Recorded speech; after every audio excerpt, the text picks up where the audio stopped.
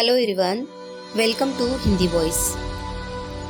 जाले के ताऊ ने उसे नामी बदमाश बनाने के लिए पानी की तरह पैसा बहाया। बाद में जाले और लाले इलाके के बड़े बदमाश बन गए। फिर ऐसा क्या हुआ कि जाले और उसके ताऊ को घुट घुट कर मरने के लिए मजबूर होना पड़ा। अदालत ने जाले के मृत्युदंड को आजीवन कारावास में बदल दिया, जिसका मुझे बहुत दुख था। 2 लोगों का हत्यारा मौत की सजा से कैसे बच गया, ये सवाल मुझे बार बार सताता था। लेकिन कुछ दिन बाद ही मुझे मेरे सवालों का जवाब मिल गया। मलिक साहब एक वकील थे जो अमेरिका जाकर बस गए थे। जब वह स्वदेश आए तो उनसे उनकी वकालत के दिनों के केसों में सबसे रोचक केस सुनाने के लिए कहा गया। ये कहानी उन्हीं के कथनानुसार है। उन्होंने बताया, मेरे गुरु लाहौर के एक प्रसिद्ध वकील थे। उनके पास फौजदारी मुकदमों की लाइन लगी रहती थी। बड़े बड़े मुकदमे वो खुद लिया करते थे और छोटे मोटे चोरी डकैती वगैरह के मुकदमे मुझे दिया करते थे। मैं बहुत मेहनत से काम करता था, इसीलिए जल्दी ही मेरी गिनती बड़े वकीलों में होने लगी थी। मेरे 2 क्लाइंट थे जो अक्सर छोटे मोटे अपराध किया करते थे। एक का नाम जाले था जो खाते पीते घराने का था। उसे खाने कमाने की कोई चिंता नहीं थी। जबकि दूसरे का नाम लाले था। वो था तो गरीब घर का, लेकिन उसका शरीर पहलवानों जैसा था।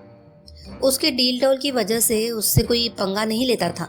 दोनों मेरे पक्के क्लाइंट थे और अपना हर केस मुझे ही देते थे। कभी कभी दोनों मेरी फीस भी एडवांस में दे देते थे। वे कहते थे, वकील साहब रख लो, अगर कभी हम किसी केस में फंसे तो इसे अपनी फीस समझ लेना। जाले खाते पीते घराने का था और उसकी पीठ पर उसके ताऊ का हाथ था। ताऊ की कोई संतान नहीं थी, इसीलिए ताऊ की पूरी संपत्ति और कारोबार उसे ही मिलना था। वो अक्सर जुआ खेला करता था, इसीलिए पैसे से तंग रहता था।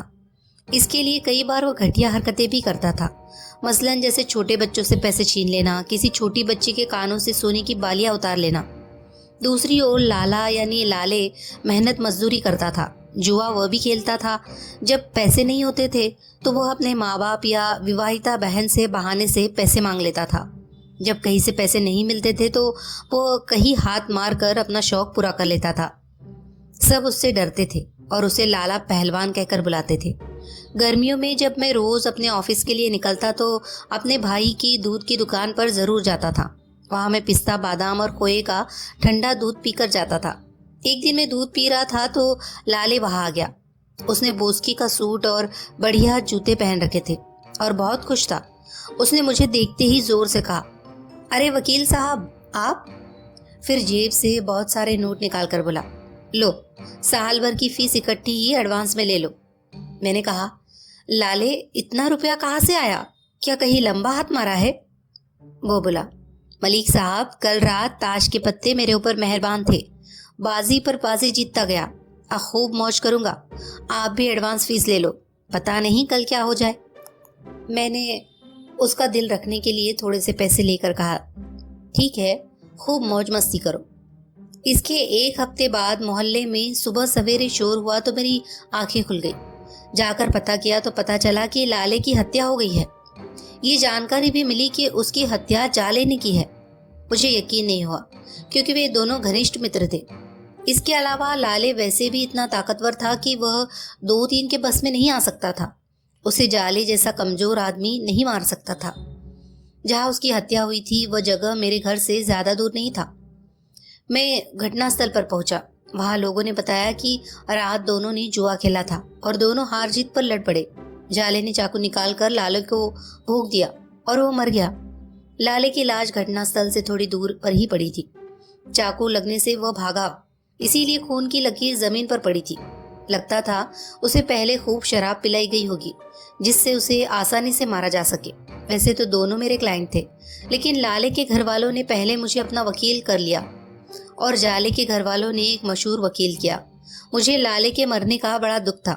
उसकी सब बुराइयों के बावजूद मैं उसे पसंद करता था। मुझे उसकी वह बात याद आ रही थी कि वकील साहब पैसे एडवांस में ले लो, पता नहीं कल क्या हो जाए। हो सकता है उससे ये बात उसकी मौत कहलवा रही हो। लाले की पार्टी गरीब थी। उसकी ओर से मुकदमा उसके पिता लड़ रहे थे। जाले की पार्टी धनी थी। उसकी ओर से उसका ताऊ मुकदमा लड़ रहा था जो बहुत पैसे वाला था। उसने जाले को खुली छूट दे रखी थी, जो मर्जी आए करो, पर बड़ा बदमाश बनकर दिखाओ। वह उसके लिए बहुत पैसे खर्च कर रहा था। मैंने मुकदमे की तैयारी शुरू कर दी। चश्मदीद गवाह एक ही था और वह जाले की बिरादरी का था। मुझे यकीन नहीं था कि वह जाले के खिलाफ गवाही देगा। ऐसा ही हुआ। उसने गवाही देने से साफ मना कर दिया। बाद में पता चला कि जाले के ताऊ ने उसे गवाही न देने के लिए पैसे दिए थे और जाले की बहन ने उसका रिश्ता भी कर दिया था। मुकदमा चला। गवाह न मिलने की वजह से जाले साफ छूट गया। लाले के माँ बाप बहुत गरीब थे। मुकदमा हार कर बैठ गए। बाद में वे दोनों जवान बेटे के गम में मर गए। जाले जेल से रिहा होकर घर आ गया। पूरे मोहल्ले में उसकी धाक जम गई। जब भी जाले का और मेरा सामना होता था तो वह मुझसे बड़े घमंड से कहता था, आपने लाले का मुकदमा लड़कर अच्छा नहीं किया। एक हत्या करके उसकी हिम्मत बढ़ गई और वह चरस गांजे का कारोबार करने लगा। इलाके में अपनी धाक जमाने के लिए वह अपराध करने लगा था। अब उसने मुझे अपना वकील भी करना छोड़ दिया था। उस इलाके में एक और जेब कतरा था जो बहुत बड़ा बदमाश था। उसकी जाले से दोस्ती हो गई और दोनों मिलकर बदमाशी करने लगे। उन्होंने दुकानदारों से हफ्ता वसूली शुरू कर दी थी। एक दिन जब वे हफ्ता वसूली कर रहे थे तो दोनों की एक दुकानदार से लड़ाई हो गई। दुकानदार भी दो थे। दोनों ने हफ्ता देने से मना कर दिया। वे दोनों बहुत दिलेर थे। चारों में जबरदस्त लड़ाई हुई। दोनों ओर से चाकू छुरियां चली, जिसमें एक दुकानदार और जाले का साथी मारे गए। जाले भी घायल हो गया और वहां से फरार हो गया। एक दुकानदार ने जाले के खिलाफ मुकदमा दर्ज करा दिया। जाले ने भी अपने साथी की हत्या के लिए मुकदमा दर्ज कराना चाहा, लेकिन कामयाबी नहीं मिली। कारण ये था कि लड़ाई उनकी दुकान पर हुई थी और जाले व उसका साथी एक मील चलकर वहां लड़ने आए थे। फौजदारी मुकदमों के लिए मैं बहुत मशहूर था, इसीलिए उस दुकानदार ने मुझे अपना वकील कर लिया। एक बार फिर मैं जाले के खिलाफ मुकदमा लड़ने लगा। जाले के ताऊ ने लाहौर का एक मशहूर महंगा वकील कर लिया था।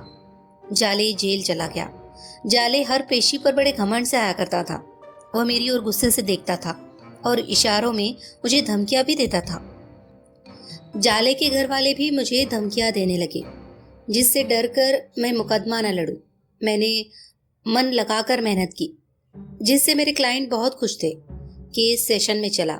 मेरे गवाहों ने बहुत अच्छी गवाही दी। जाले के वकील ने एक गवाह पेश किया जो हिस्ट्री शीटर था। वो ठीक से गवाही नहीं दे पाया। जाले का वकील बहुत परेशान था। बड़े वकील को अपने केस की चिंता होती है। उसने जाले को शक का लाभ लेकर उसे बरी कराने या फांसी से बचाने की तरकीब सोची। हर अदालत में पुलिस का एक व्यक्ति होता है जो थानों से मिली हर केस की सभी फाइलें अपने पास रखता है और अदालत तक पहुंचाता है। जब मुकदमा दायर हो जाता है तो उस मुकदमे की दूसरी फाइल उसके पास रहती है, जिसे पुलिस फाइल कहते हैं। उसमें विवेचना अधिकारी की हर दिन की कार्रवाई दर्ज की जाती है। अधिकतर वकील उस फाइल को देख नहीं पाते, लेकिन जो होशियार वकील होते हैं उस फाइल से अपने मतलब की बहुत सी चीजें निकाल लेते हैं। जाले के वकील ने जाले के ताऊ से कहकर एक नई डॉक्टरी रिपोर्ट लगवा दी जो असल रिपोर्ट से अलग थी। दोनों रिपोर्टों में भिन्नता के कारण अपराधी को शक का लाभ मिल सकता था।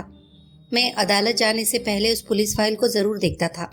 मैंने वह रिपोर्ट देखी तो मेरे पैरों तले से जमीन निकल गई। मैंने पुलिस वाले से पूछा तो उसने बताया कि उसे पता नहीं, लेकिन फाइल थानेदार ने मंगवाई थी। मैंने तुरंत अपने क्लाइंट से कहा, समय रहते कुछ करना है तो कर लो। वे लोग भी बहुत होशियार थे। उन्होंने पुलिस वाले को अच्छी रकम देकर वह रिपोर्ट निकलवा दी। पेशी के दिन जाले का वकील और थानेदार बड़े भरोसे से अदालत में आए।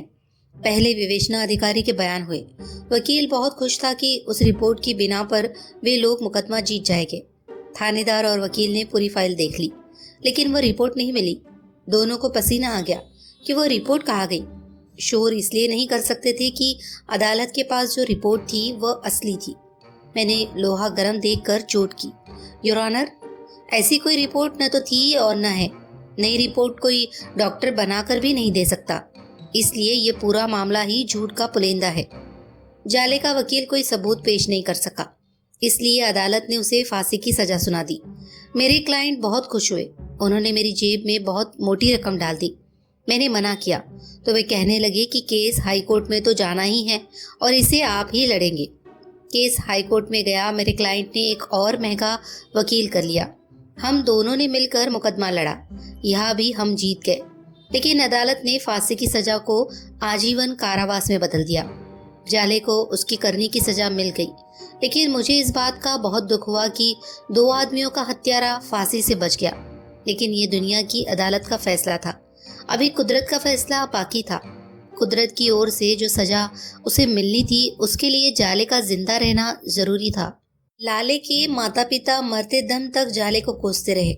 दूसरी ओर उस दुकानदार के घर वाले और भी कई लोग थे जो उसे कोस रहे थे। कहते हैं कमजोर की हाय आसमान से टकराती है और इसका नतीजा बड़ा भयानक होता है। एक दिन खबर आई कि जाले जेल में अंधा हो गया है। ये बात यकीन करने के काबिल नहीं थी, क्योंकि वह 26-27 साल का गभरू जवान था। उसे कोई बीमारी भी नहीं थी। जेल के डॉक्टरों ने बहुत बारीकी से उसकी आंखों को टेस्ट किया, लेकिन उनकी समझ में बीमारी नहीं आई। एक डॉक्टर ने कहा, ये बीमारी हमारी समझ से बाहर है। आंखें भली चंगी है, उनमें कोई खराबी नहीं, लेकिन अचरज की बात है कि आंखों की रोशनी कैसे चली गई। जाले की दुनिया अंधेरी हो गई थी, जबकि वो लोगों की दुनिया में अंधेरा फैलाता रहा था। जेल अधिकारियों ने बड़े बड़े आई स्पेशलिस्ट को दिखाया, लेकिन किसी की समझ में बीमारी नहीं आई। अब अंधे जाले के लिए जेल का जीवन और भी कठिन हो गया। अब वह कुछ नहीं कर सकता था, हर काम के लिए दूसरों पर निर्भर था।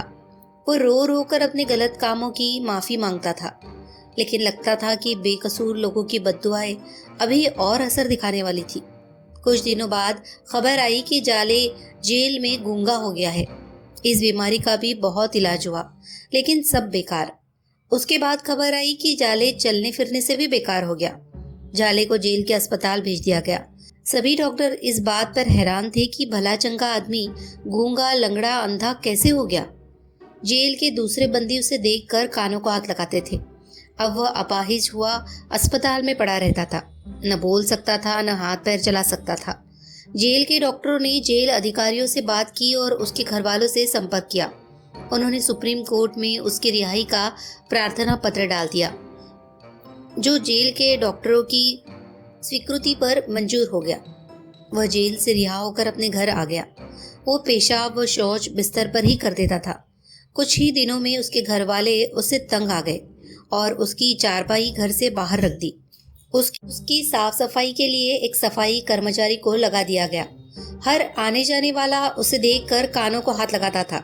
वह वही जाले था जो कभी सबके सामने अकड़ कर चलता था। आज वह अपने मुंह से मक्खी भी नहीं उड़ा सकता था। घर के लोग उसके मरने की दुआएं करने लगे थे। एक दिन सबकी दुआ काम आई और वह अपनी जिंदगी की कैद से आजाद हो गया। क्या यहाँ पर आकर कहानी खत्म हो गई? नहीं, अभी एक और गुनहगार बचा हुआ था, जो कानून और दुनिया वालों की नजरों से छिपा हुआ था।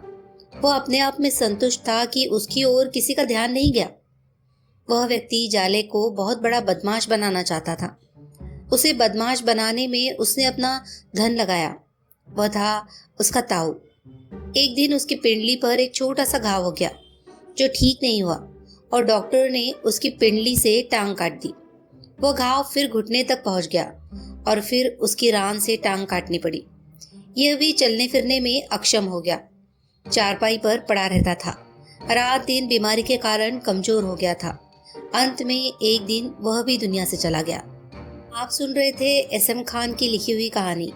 कहानी अगर आपको पसंद आई हो तो प्लीज़ इसे लाइक करें, शेयर करें और कमेंट करें, और हमारे चैनल को सब्सक्राइब करना ना भूलें। धन्यवाद।